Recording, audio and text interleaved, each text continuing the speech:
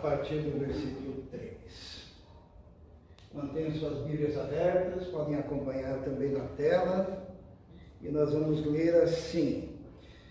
O apóstolo Paulo diz aos Coríntios: mas temo que, assim como a serpente enganou Eva com a sua astúcia, assim também sejam, de alguma sorte, corrompidos os vossos sentidos, e se apartem da simplicidade que há em Cristo.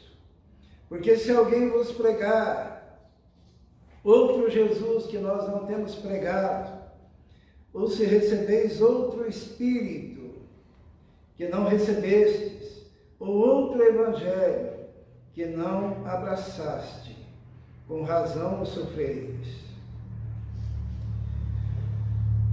Vamos orar.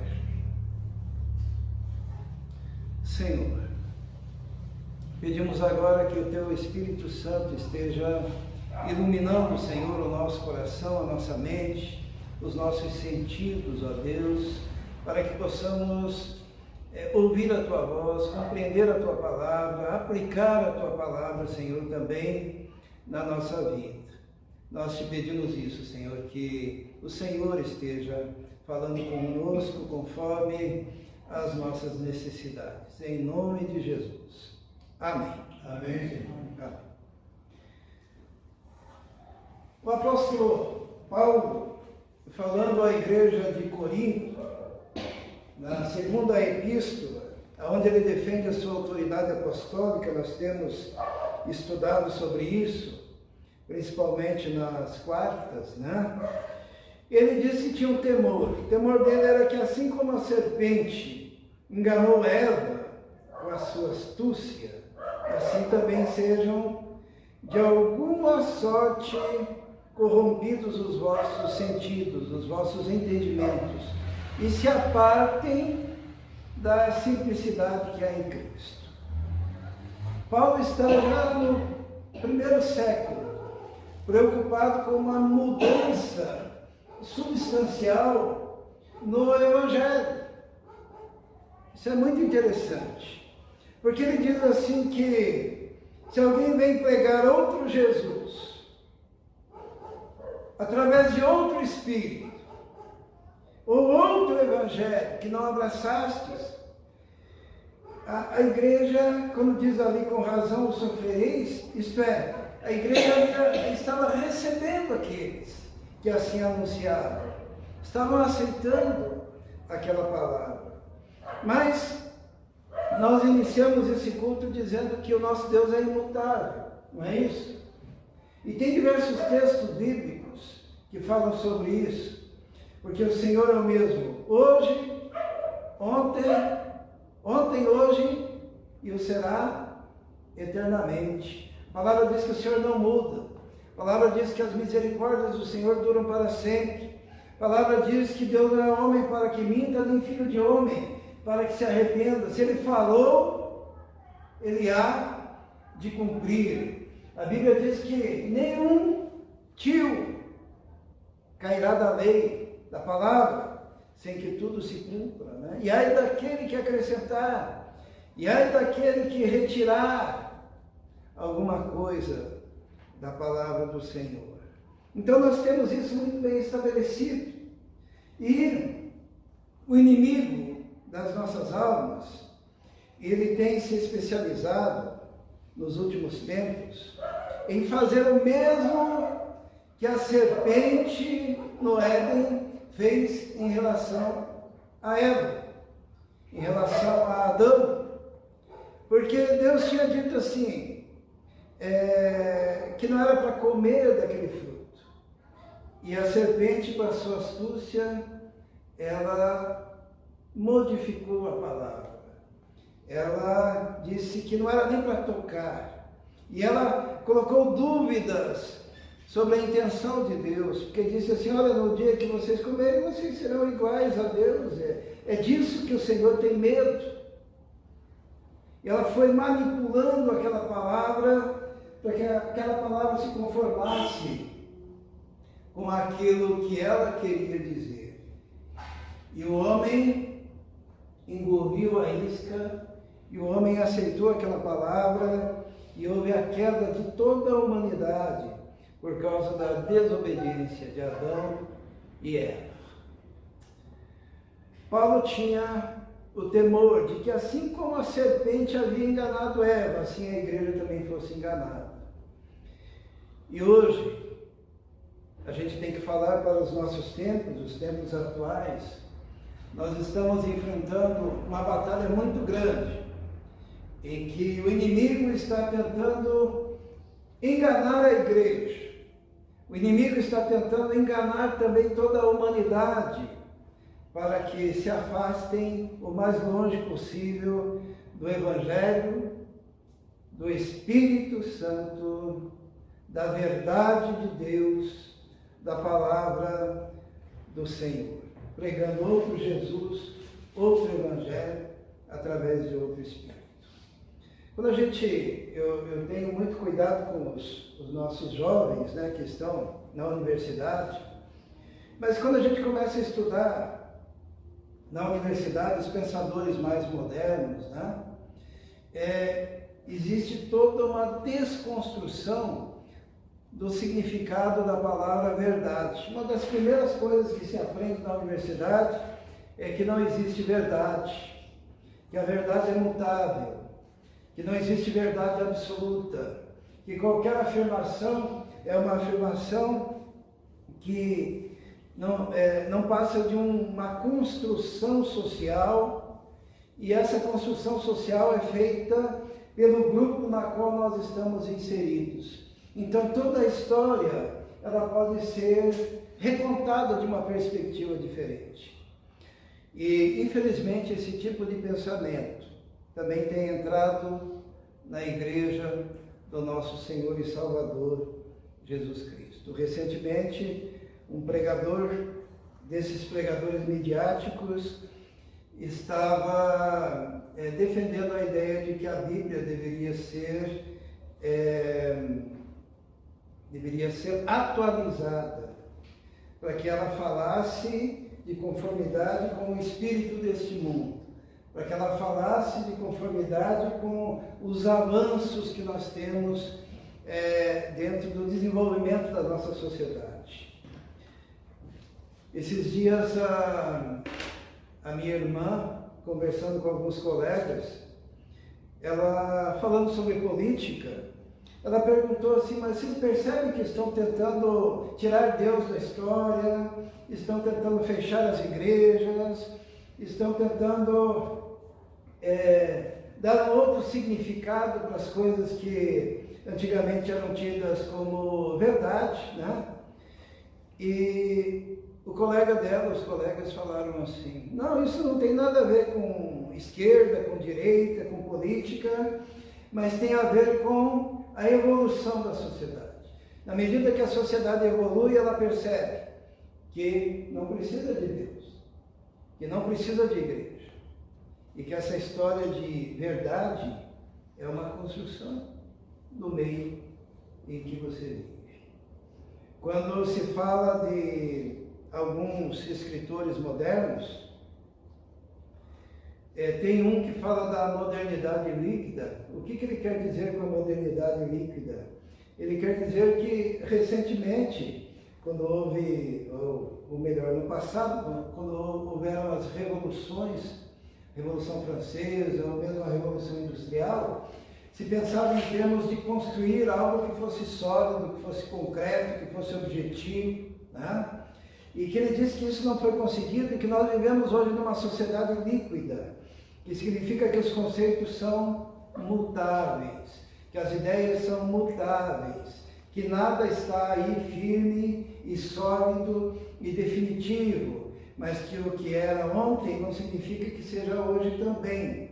E com base nessa filosofia, hoje nós encontramos a ideia de que não existe homem, de que não existe mulher, que na verdade isso é uma construção social, que a criança ela pode escolher o que ela quer ser, se ela quer ser homem, se ela quer ser mulher, conforme a sua orientação sexual, e essas coisas começam a vir para dentro das escolas também. Nós estamos numa semana em que o Brasil está pasmo quando os ministros do Supremo Tribunal Federal tomaram decisões totalmente divergentes das decisões que eles tomaram há pouco tempo e totalmente divergentes da própria Constituição brasileira e totalmente diferentes daquilo que eles publicamente afirmavam há algum tempo e disseram que tudo aquilo que foi construído nos últimos 5 anos, no que concerne à condenação de um criminoso, aquilo pode ser mudado e transformado. E isso está na base da filosofia desse mundo, que ensina o quê? Que nós vivemos num mundo líquido, que as coisas se alteram conforme quem esteja determinando por sua autoridade o que deve ser verdade, o que deve ser mentira, o que deve ser aceito, o que não pode ser aceito. Quando eu vejo isso, eu me lembro sempre da serpente. Quando Paulo diz assim, olha, eu temo que assim como a serpente enganou a Eva com a sua astúcia, também nós sejamos enganados, né? A igreja seja enganada. E corrompida nos sentidos, isto é, na capacidade de percepção das coisas. É muito perigoso para a igreja, com base nessa visão, ela escolher outro Jesus. Um Jesus apenas humano, um Jesus que não ressuscitou ao 3º dia, um Jesus que não é Deus, um Jesus, como querem ensinar, que não tem todo o poder, um Jesus que sequer, alguns também querem ensinar, é uma figura histórica comprovada. E a igreja tem caminhado muito tênue nesse caminho. Tem um pregador que recentemente falou assim, que não é importante se Jesus era realmente o Filho de Deus ou não era o Filho de Deus. Que não é importante se Jesus voltará ou se isso é apenas uma expectativa. O que importa é o que essa crença, é o que essa fé pode causar no homem para que ele seja melhor. Isso é totalmente uma negação de tudo aquilo que nós cremos e confiamos. A palavra de Deus, ela é viva, eficaz, mais penetrante do que espada de 2 gumes. A palavra de Deus é a verdade. O Senhor Jesus um dia afirmou, conhecereis a verdade e a verdade vos libertará. Jesus afirmou a respeito de si mesmo, eu sou o caminho, a verdade e a vida. Ninguém vai ao Pai senão por mim. Por isso que nós precisamos estar cuidadosos para que a gente não aceite os valores e os princípios deste mundo. Muitos se levantaram para pregar outro Jesus. Muitos se levantaram para pregar um outro evangelho. Muitos se levantaram debaixo de um outro espírito, que não era o Espírito Santo. Paulo ele diz assim, penso que em nada fui inferior aos mais excelentes apóstolos. Ele estava defendendo a sua autoridade apostólica. Ele disse, e se sou rude na palavra, não sou contudo na ciência, mas já em todas as coisas nos temos feito conhecer totalmente entre vós. Na verdade, Paulo está dizendo que o evangelho que ele pregou é o evangelho da graça de Deus. É o evangelho que deve ser recebido totalmente pela fé. É o evangelho que é imutável. É a boa notícia que jamais se alterará. Nós precisamos, como igreja, nos levantarmos para pregar, em primeiro lugar, o evangelho da graça de Deus, o Jesus verdadeiro, conforme o que é escrito na palavra do Senhor, e debaixo da direção e da orientação do Espírito Santo de Deus, que é aquele que foi prometido e que é aquele que determina e orienta os rumos da sua igreja aqui na terra. Hoje eu queria deixar uma palavra para a igreja de que nós devemos nos manter, mesmo contra todas as vozes, pregando o Evangelho da graça de Deus, o Evangelho que um dia foi pregado aos nossos antepassados, né? Nós temos aqui o pastor Brasil, representante de uma época em que algumas coisas eram certas, não havia dúvida. E hoje nós vivemos uma época em que a semeadura da dúvida paira sobre a igreja do Senhor. Por isso eu fico feliz de homens como o pastor Brasil e como tantos outros que mantêm a firmeza daquilo que foi anunciado.